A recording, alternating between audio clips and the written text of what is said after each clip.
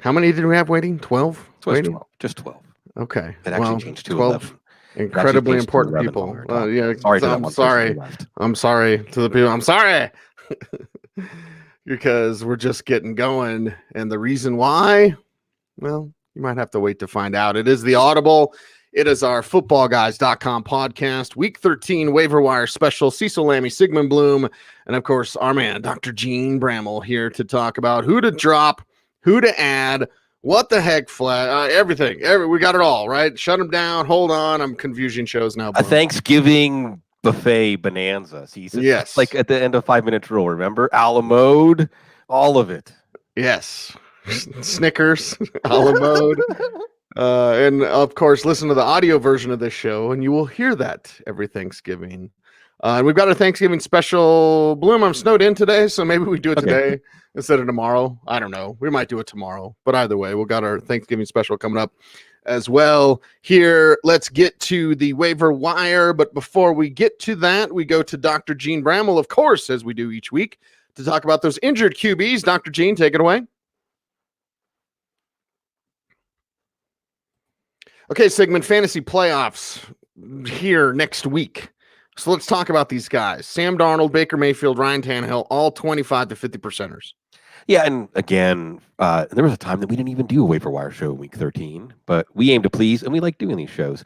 You might not empty the wallet, but Sam Darnold, the Jets offense, probably it's a loosey football thing, just when we're believing in the Jets, yank the football away. But they've got Cincinnati and I think Miami the week after that. So Sam Darnold could be, next best thing to Lamar Jackson over the next 2 weeks. You have to like that. Baker Mayfield was fine against Pittsburgh 2 weeks ago. He's going to get Cincinnati and Arizona the next 2 weeks after that. So you have to like that. And then Ryan Tannehill. See, it's time to start asking some questions. Was Marcus Mariota really that bad? Was Miami really that bad for Ryan Tannehill? Will everything just return to normal next year and Ryan Tannehill will be mediocre? I don't know. But for now, speaking of Lamar Jackson, I believe only Lamar Jackson has more fantasy points than Ryan Tannehill since he became the starter. So all these guys, and we see it every year. Hey, JJ Zacharyson, late round quarterback. I'm wanting to get him back on the couch, but scheduling conflicts. We're all busy. You can do this. Can you win a championship with Ryan Tannehill as your starter? Maybe. With Sam Darnold, maybe. I mean, at least Sam Darnold and Baker Mayfield can get you a few more yards down the field as we get closer to the final. As we get closer to the rest of your list, upgrades, downgrades, waiver wire report available at footballguys.com. 15 to 30% for Ryan Fitzpatrick, 12 to 25% for Kyle Allen. And then let's throw in Nick Foles and Daniel Jones, both holding steady around the same range. Yeah, so this is your second tier, right? Ryan Fitzpatrick, same stories every week. He's going to go down swinging. Philadelphia is not that scary this week. Even when you look at Miami's schedule from here on out, if you started Tannehill against Philly, the Jets, the Giants, and Cincinnati, that actually sounds not too scary as long as he remains the starter. Kyle Allen bounced back last week. He's got Washington this week. He still has good players around him. Daniel Jones actually had a viable fantasy week last week. His fantasy output was better than his play, I believe, but it was Chicago.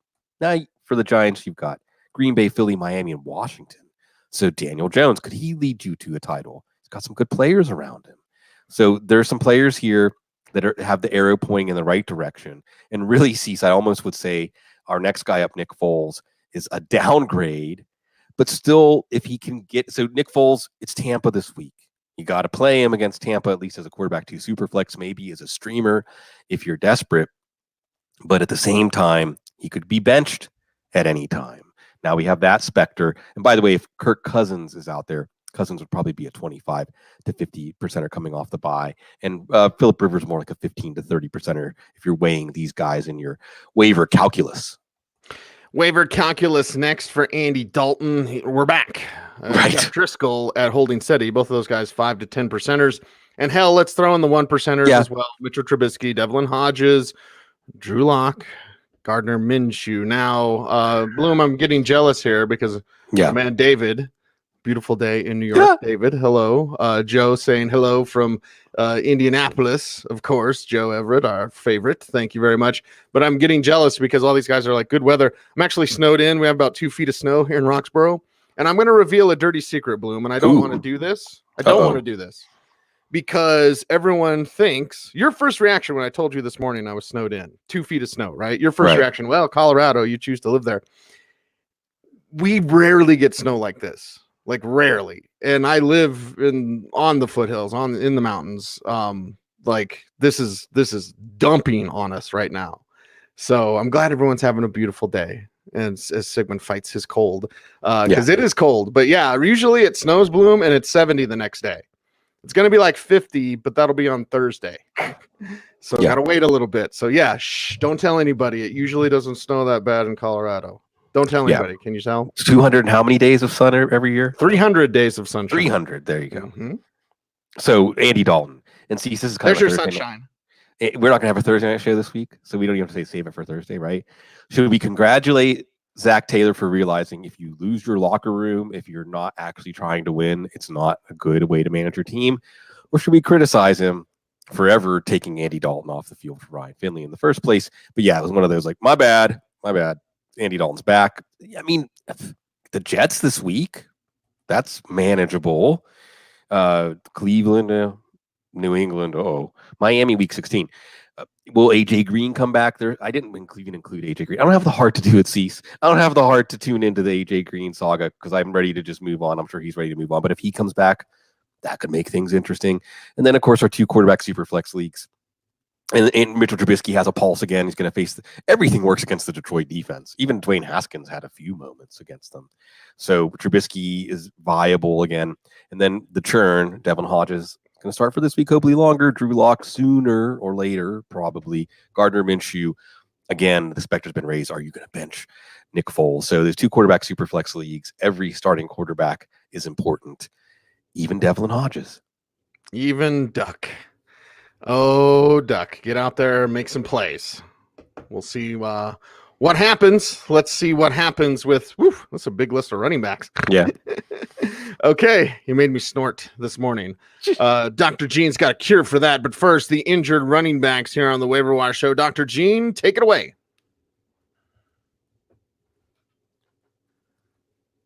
Okay, Bloom, healthy list. Yeah. Healthy list. It's the fantasy playoffs. I highly doubt Sony Michel would be out there. But, again, say it with me, everybody. Drinking game. Yeah. I don't care if it's early in the morning. Wide netting this thing because Sony Michel, Latavius Murray, Rashad Penny might be out there. There's a really good chance of being out there. And Jonathan Williams, what are you waiting for? Right. Just in case. 50+ percenters if they're out there. Yeah. And these are just, again, because our apps are used by casual fantasy players, not necessarily the people in our chat room right now, not necessarily the Football Guys subscribers, but our apps.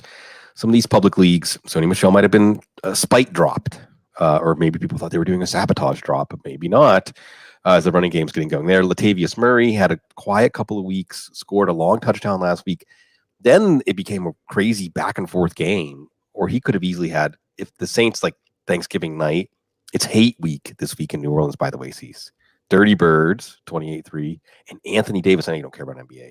Anthony Davis, the second player who says, I got to New Orleans, I went out of New Orleans. So the unibrow Cease, you're a comic book purveyor. Mm-hmm. Isn't a unibrow just perfect for a villain? All he needs is a monocle and a Persian cat. He'd be a Bond villain. Yeah, it's perfect. Hate week. We'll see what Latavius Murray does in Atlanta. And he's looked great. Rashad Penny. Last time we saw Rashad Penny, he was fumbling.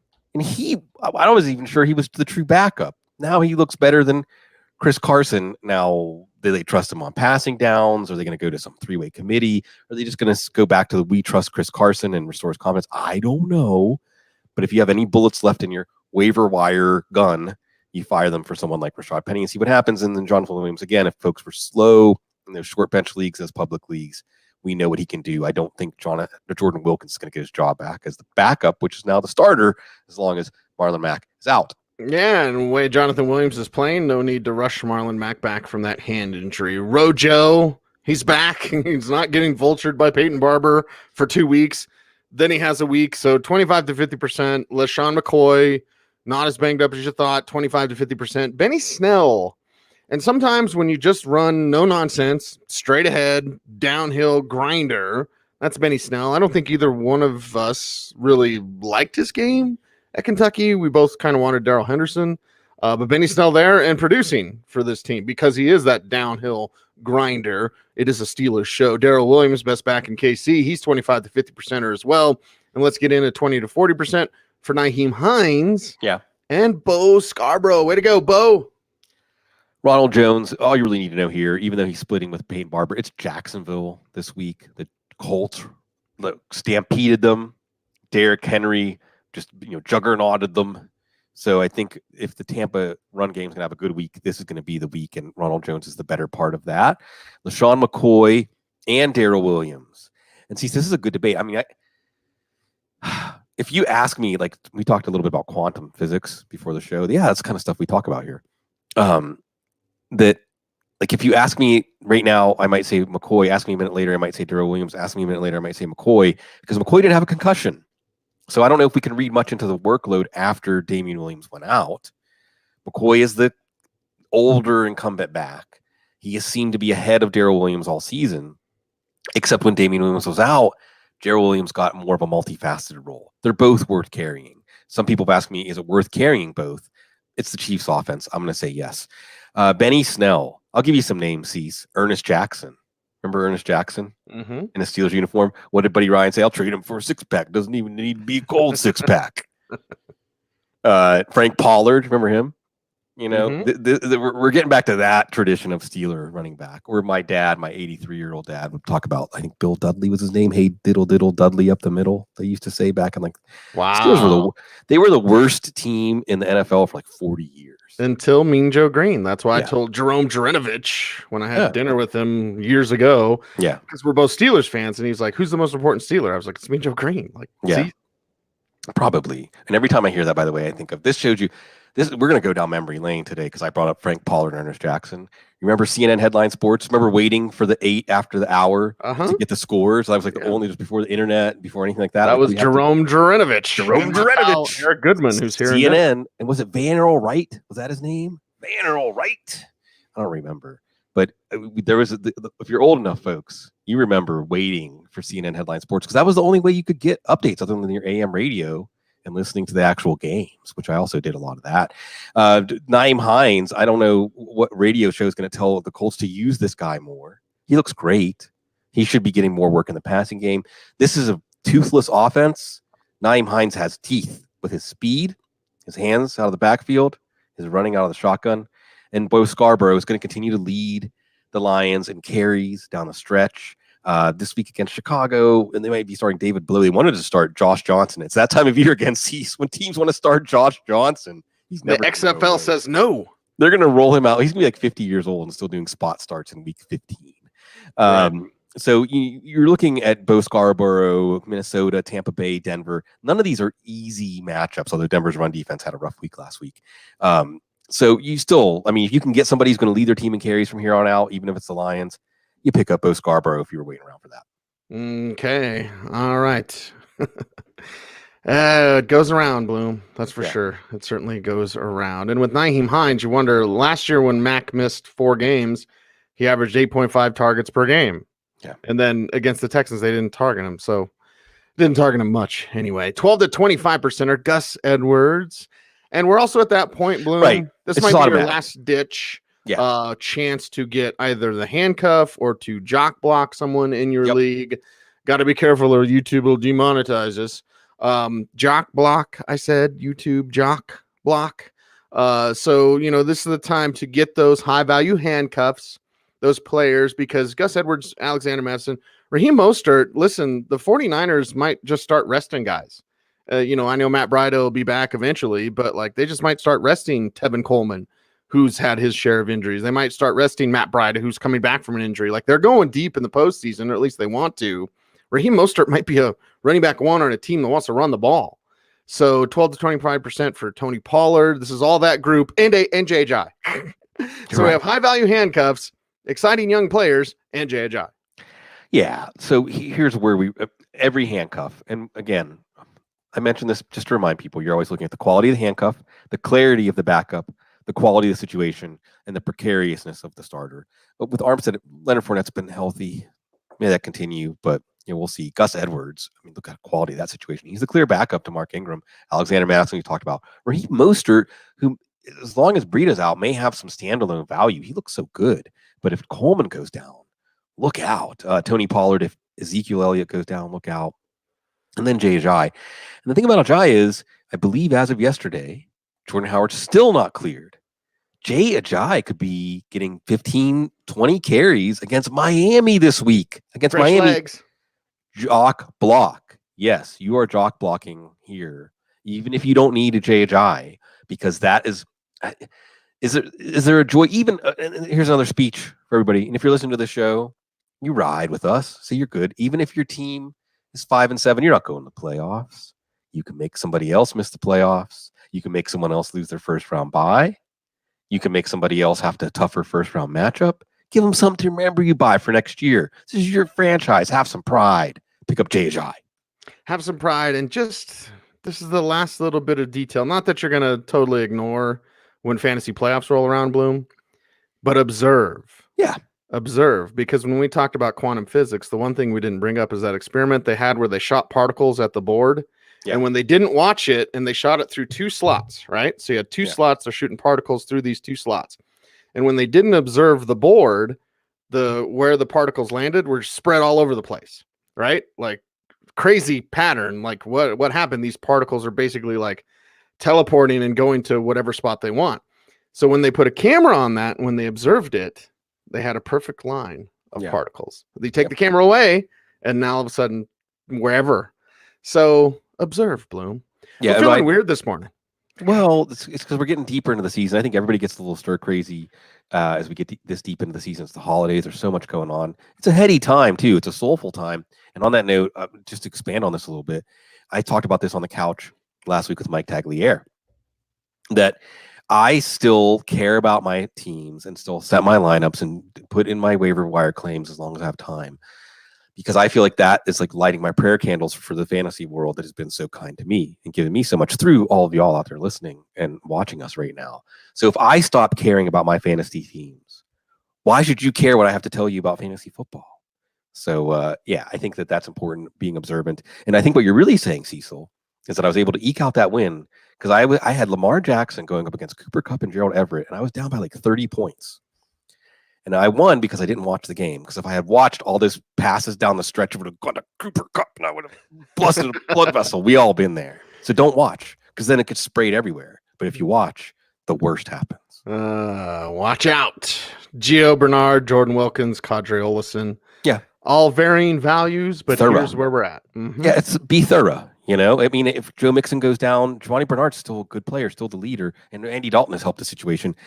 Jordan Wilkins is basically the handcuff to Jonathan Williams, and this running game is still going well, and Jordan Wilkins is still good. Quadri Olson, I don't know if Devontae Freeman's going to be back this week. I suppose I should have really put Devontae Freeman at like 20 to 40% too, because he was listed as limited in a simulated practice. I still have my doubts if Devontae Freeman's going to hold up when he does get back out there. I mean, it's Devontae Freeman. And it won't be this week because of the short week. Right. I mean, with the Olson, you just know he's going to get his number called inside the 5. So you get a cheap touchdown that maybe is the difference between winning and losing. This is why I love our audience, because they know. Yeah, they do. They know. Diego, what's up? Let's get to the wide receivers, which means we've got to bring on board Dr. Jene Bramel to talk about the injured wide receiver here in week 13. Dr. Jene, you're up.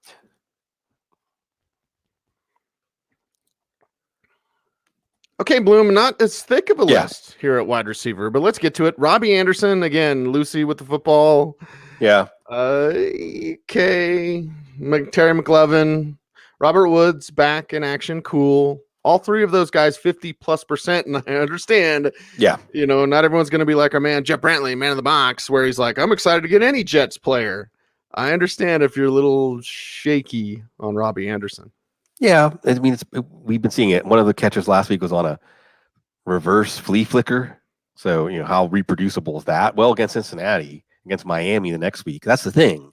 Again, even if you say, I will never trust Robbie Anderson in my lineup in the year of our Lord 2019, if you put him on your bench, he can't hurt you.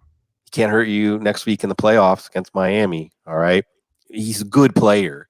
I'm having remorse, Cease, of not throwing out buy low offers for Robbie Anderson in all my dynasty leagues whenever he was bottoming out for fantasy, but he's a good player. Now this offense looks like a good offense. And it's leaner and meaner on the wide receiver side. We're not really carrying wide receiver handcuffs. I don't even know who that would be now, like Willie Snead or Byron Pringle or something like that. I just don't think we're wasting our time with that right now. Maybe we'll be talking about them. I don't know how long we'll go. We'll have to look past. We usually go pretty well into the playoffs, though. Terry McLaurin should have had a touchdown last week. Long list of players, if you didn't listen to the recap on Sunday, long list of should have had touchdown players in week 12. Terry McLaurin on that list, and facing Carolina this week, and Dwayne Haskins isn't hurting his value. It wasn't just Case Keenum. That's funny, Cease. I think that's the first time on the show and the last time we'll ever say it wasn't just Case Keenum making him valuable. Robert Woods didn't miss a beat. I'm glad his personal family, and it's personal, so we don't need to know. But it seems like, at least for now, it's not affecting his availability. It's certainly not affecting how he's playing on the field. Rams get Arizona this week, and that sometimes it comes together, right? And also the Rams, by the way, get Seattle next week. Sometimes it comes together. It was an aha moment. If the Steelers can take Cooper Kupp out of the game, then any team can, and they are. Cooper Kupp, I'm not saying to stop playing Cooper Kupp. That's more of a Thursday night thing.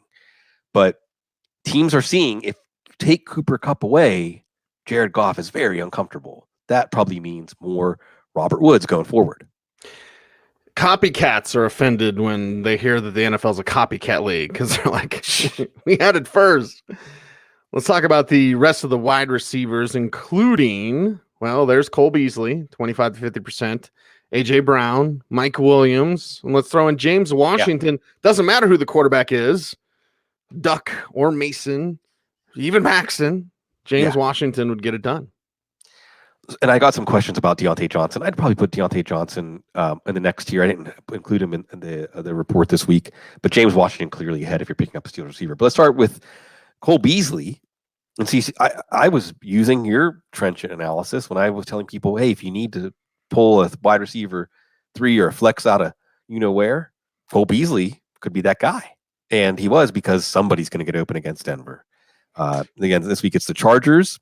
So, Mike Williams is somebody that is going to be maybe in a later segment because of that theory. And Cole Beasley looked good. And Cole Beasley goes back to Dallas this week. Is it a revenge game, Cease, when the team talked you into playing football when you were going to quit during your first training camp? Can you really want to have revenge on that franchise? No, it should be like a thank you game. Right. Although I think that his touchdowns are way up. So it's like, you should have been using me to score more touchdowns instead of Ezekiel. And I don't know. That's the revenge. It's hard to write the story for that. Easy to write a story of AJ Brown being a total badass. And it's simple. It's kind of like watching Lamar Jackson and Hollywood Brown. I mean, okay, there's going to be risk. AJ Brown might only have 2 for 30 in a game, but defenses are going to be sucked up to stop Derrick Henry. It's simple. Well, I mean, it sounds simple. It's not simple. That leaves everything opened up for AJ Brown. It can be just one pass we saw last week can make your week with AJ Brown. And then I mentioned Mike Williams. Oh, actually, he's right now because he might have been dropped during the bye week. So just because of that idea that Chris Harris on Keenan Allen this week, Cease? Yes. Yeah, so, again, and because Keenan Allen last time was like, yeah, he didn't shut me down, and yeah, him and Chris going back and forth. Mike Williams, this is his chance to be this week's Cole Beasley, and then James Washington. And I guess I've got to say, Cease, it's so funny, right? Like, as soon as James Washington's not with his college quarterback, then he makes the play that makes us say, oh, great pick, another great Steelers wide receiver pick. They did it again, everybody. They did it again, right? I mean, he made the play of the game. He won that game for the Steelers. The team was flatlining, and Devlin Hodges getting off the bench gave them the opening to think this could work, anything but Mason Rudolph. Now you see James Washington, who not only has that game in the air and is a surprisingly nifty route runner, surprisingly swift. It's because he's built like a running back. So he just doesn't look like he glides into his routes. He doesn't look like he has an extra gear. But then you saw that running back stiff arm. He joined Vance McDonald, and the 2 best stiff arms in the NFL the last 2 years were thrown out by Pittsburgh Steelers. Come back, Cease. Come back. The water's good. They're going to beat Cleveland this week. I'm there. I'm just on my inflatable tube sitting there. Y'all are going down the river, and I'm just sitting there with my beer. You're just sipping on your beer, yeah. Uh-huh. Yeah, I'm fine. I'm fine where I'm at. And how the locker room responds to you. One thing that we'll be noting in draft preparation is Guy a bit of a D-bag or not? I don't know what I Yeah. can say or not because YouTube will If crush us. you but- like him, here, how about this, Cease? If you watch interviews with him or you groke his aura, do you like him? Then he's probably is a likable guy. If you don't like him, then probably the players who work with him don't like him either. Right. And there's some stuff we'll get deeper into the draft, like on Justin Herbert, that I'm hearing, like, maybe not the most popular guy in the locker room. Kind of the D-bag factor is high, is what one scout told me. So just noting, it's interesting. Yeah. What's out No there. kid. By the way, the chat room reacting to me and to us. Vince wants to know, what about John Ross? Let's throw him in there because we've got just a couple guys left. Anthony Miller, Corey Davis. 1%er, John Ross. I mean, you've got Miami week 16. That's what's interesting here. I wouldn't play John Ross against New England in week 15. I probably won't play him against Cleveland in week 14. It helps that Andy Dalton's back. But if we hear that he's coming back for week 16 against Miami, that's fascinating. And we already know his demonstrated ceiling. So that's interesting. Corey Davis could get lifted up by the same thing as lifting up A.J. Brown. And this week against Indianapolis, but then you've got Oakland and Houston. Those are both good matchups for Corey Davis, although week 16 brings New Orleans and probably Marshawn Lattimore. Again, that's why we have A.J. Brown prioritized over him. Anthony Miller, hate seeing it, man. Taylor Gabriel, concussion. Ben Broniker, concussion. Too. Watch out if your phone rings, Cease, and they need you to get to the airports because did you play tight end in six-man football? Is this it? Can you even play tight end? There's no such thing as tight end in six-man football, is there? No, there's just two ends, a center, two backs, and a quarterback. Well, they might say, do you think you can figure it out? Because they don't have a tight end. Now Ben Broniker. But Taylor Gabriel's got that concussion. So I think it's going to be Anthony Miller, who actually had a decent week last week, and it's Detroit. Everything works against Detroit. Maybe even a player that Mitchell Trubisky throws to can work against Detroit on Thanksgiving. Okay. Well, wide receivers done and done, which means the group of tight ends is up next. But before we get to that, Dr. Jene Bramel joins us again to talk about injured tight ends in week 13.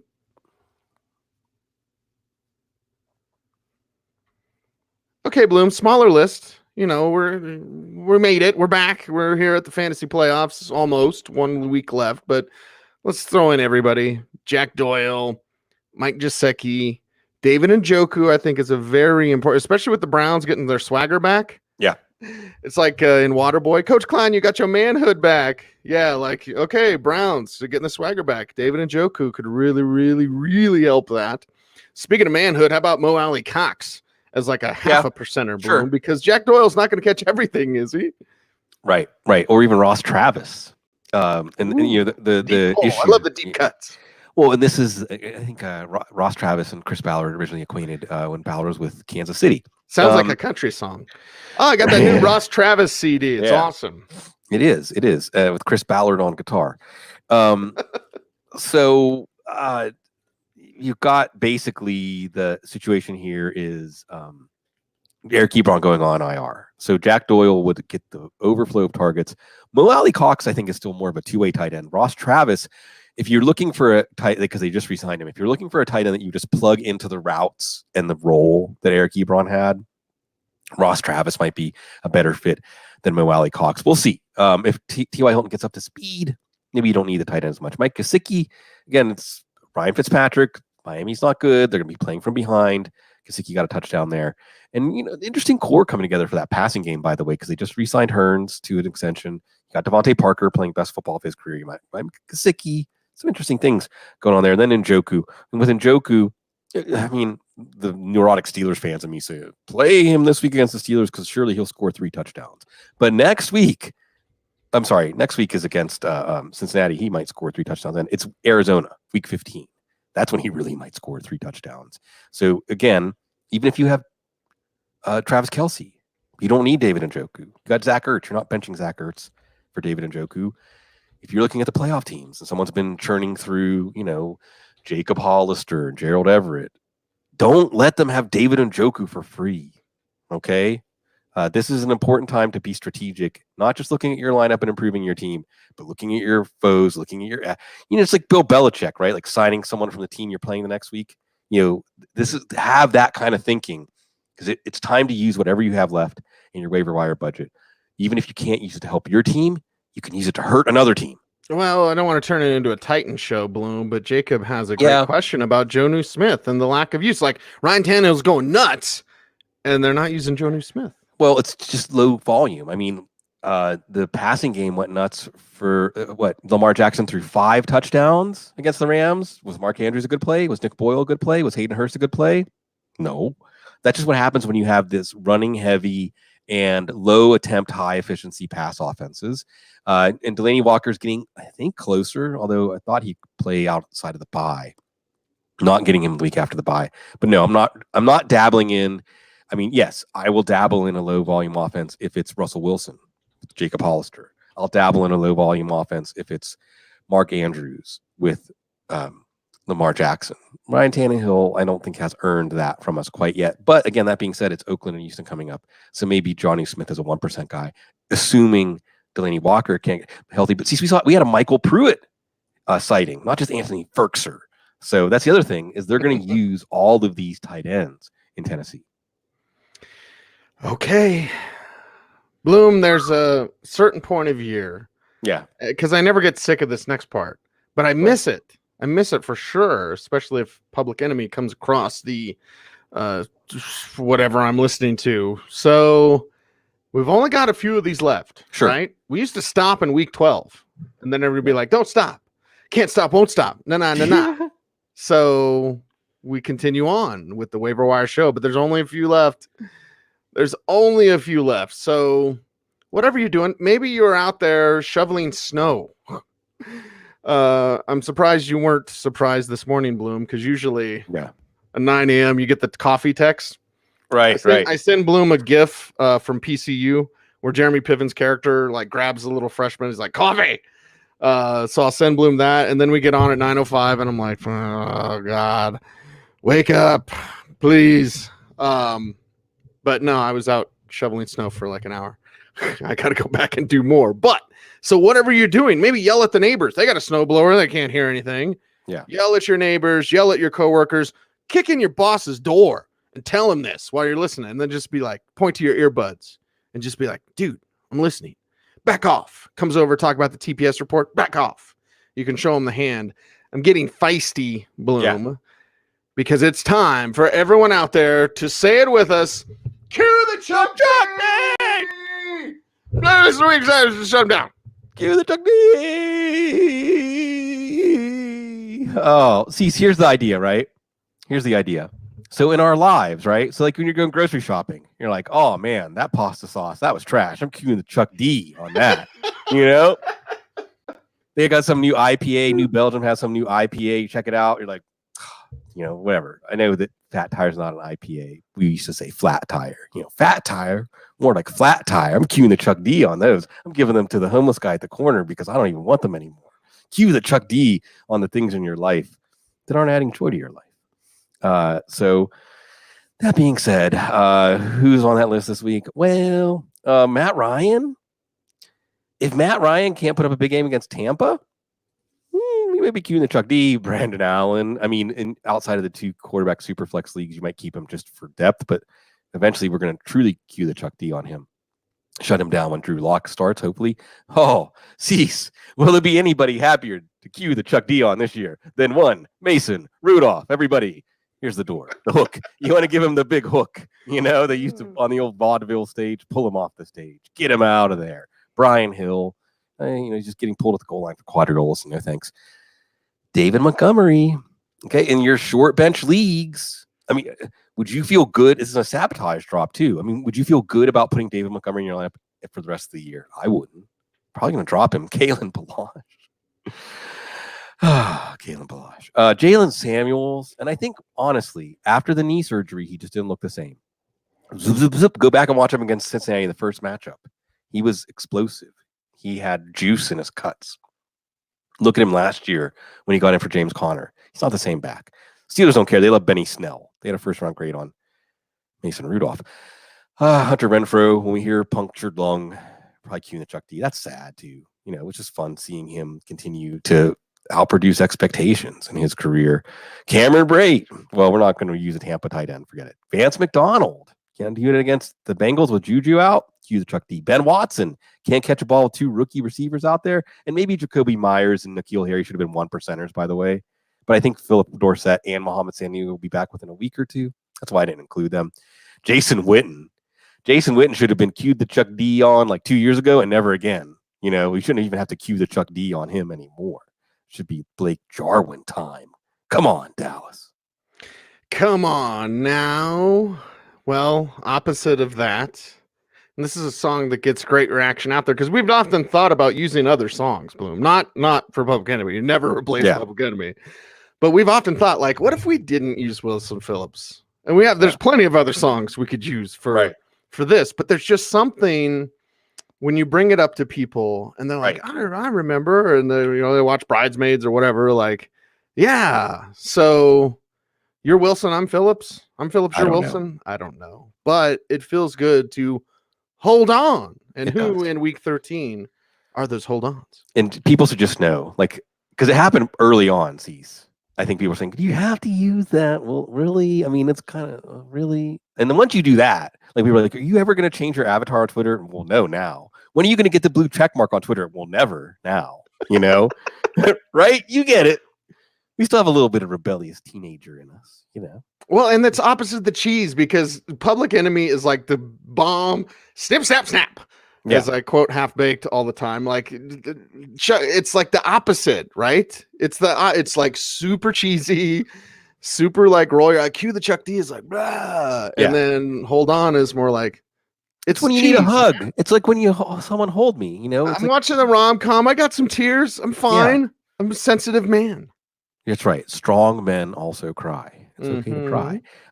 And I think that if you just this is one of those things too where people are like too cool. Like they're too cool because like we're down at Pat O'Brien's and just a small town boy, South Detroit. There's no South Detroit, by the way. South Detroit is Ohio. Anyway, and people act like too cool. Like that's not actually good. But it is good, like the reason that Wilson Phillips is a song is because it's one of the quintessential songs. Like maybe on the trip from here to the afterlife, if you have a scary moment, like your brain may cue up, hold on, because it actually makes you feel a little inspired. Hold on for one more day or one more, whatever unit of time is when you're in the void between here and the afterlife. Who are we going to hold on to? Derek Carr? It's tough. Or Jeff Driscoll, now he's hurt. It's tough. Driscoll had that great rushing upside, but you still have Minnesota, Tampa Bay left. So, especially in 2 quarterback leagues, let's wait and see what happens with Derek Carr. It's Tennessee, it's Jacksonville, it's even Oakland. Kansas City this week. So, hopefully they can gain our trust back, and we may give them a chance to do that. Holding on to them. James White. I have to just assume that it was the conditions and the plot, the trajectory of the game. It just wasn't a James White game. This week against Houston seems more like a James White game. And we're still due for that 3-touchdown game just once this year. Maybe it's against Cincinnati coming up. Also, who else are we holding on to? Kenny Stills is tough. Kenny Stills is tough because if Will Fuller gets hurt again, well, Kenny Stills still hasn't done much when Fuller is out. But the deep passing game coming back alive. Tyrell Williams had a terrible drop. Oakland's going to have to pass against Kansas City. Probably give Tyrell one more week. Poor Curtis Samuel. Curtis Samuel is that classic player that at some point he will get a quarterback and we will see his numbers. It probably won't be with Kyle Allen. But then again, against Washington this week, against Atlanta, against Seattle, maybe it will be. I might be holding on to see what we get there. Emmanuel Sanders. San Francisco doesn't have to pass much. He stayed on the field. He seems healthy. I don't know about him against Baltimore this week, but you still have Atlanta in week 15. The Rams, I don't think he's going to. Well, will he draw Jalen Ramsey? Is that a bad thing if he draws Jalen Ramsey? How the worm has turned for Jalen Ramsey. You got your trade, but hold on to Jacob Hollister, Arizona week 16. I'll leave one that I'll toss back to you, Cease. Hold on to Noah Fant. Yeah. Hold on to Noah Fant. Him and Drew Lock had a nice little thing going in August. See if that can fire up again. So Noah Fant, who's had his moments, Needs to create some more. But tight end, it's a rough neighborhood out there, tight end. It is rough stuff. All right. That is wrap, ladies and gentlemen. We talked a little quantum physics. Yep. Like we talked a little afterlife. Yep. A little bit of fantasy football. Sounds like an Audible episode to me, Bloom. How are you? Good. And I think that, that's maybe one of our episodes too in our off season. Have I mentioned? See, I feel like I need to get you back on this couch, Cease, by the way. It's been a while since you've been on the couch. Let's do it, but not talk anything about football. Exactly. That's why it won't be during the season. Well, I ask how you're doing, and I say this in a very serious way to wrap up the show. The holidays are pretty depressing for some people out there. So when we get to Thanksgiving, and for whatever reason, when we get to Christmas, when we get to this time of year, it is great to reflect and look back and your family and your friends. Some people are fighting, man. And it's not just holiday season, right? It's on the daily, yo. And I don't know why I just said yo there. Incredibly embarrassed about that as I'm trying to be serious. But like, just the people that you care about, or anybody, you see a stranger. I was at Einstein Bagels the other day, and the cashier seemed a little bit down. So I just had like a 20-minute conversation with her. I ended up giving her a hug at the end because she was a little bit in the dumps. And just take a moment to be human, to be kind. Put the damn phones down, man. Like Maynard said it on Joe Rogan podcast, Maynard from Tool. And he was like, we need to get away from that. So get to the human connection and know that there are people that are hurting out there right now. And just the smallest gesture. I mean, we often say it, Bloom, this show helps us. Right. Like you guys are saying, like, I was in the hospital or that, and some major stuff, right? I mean, just major.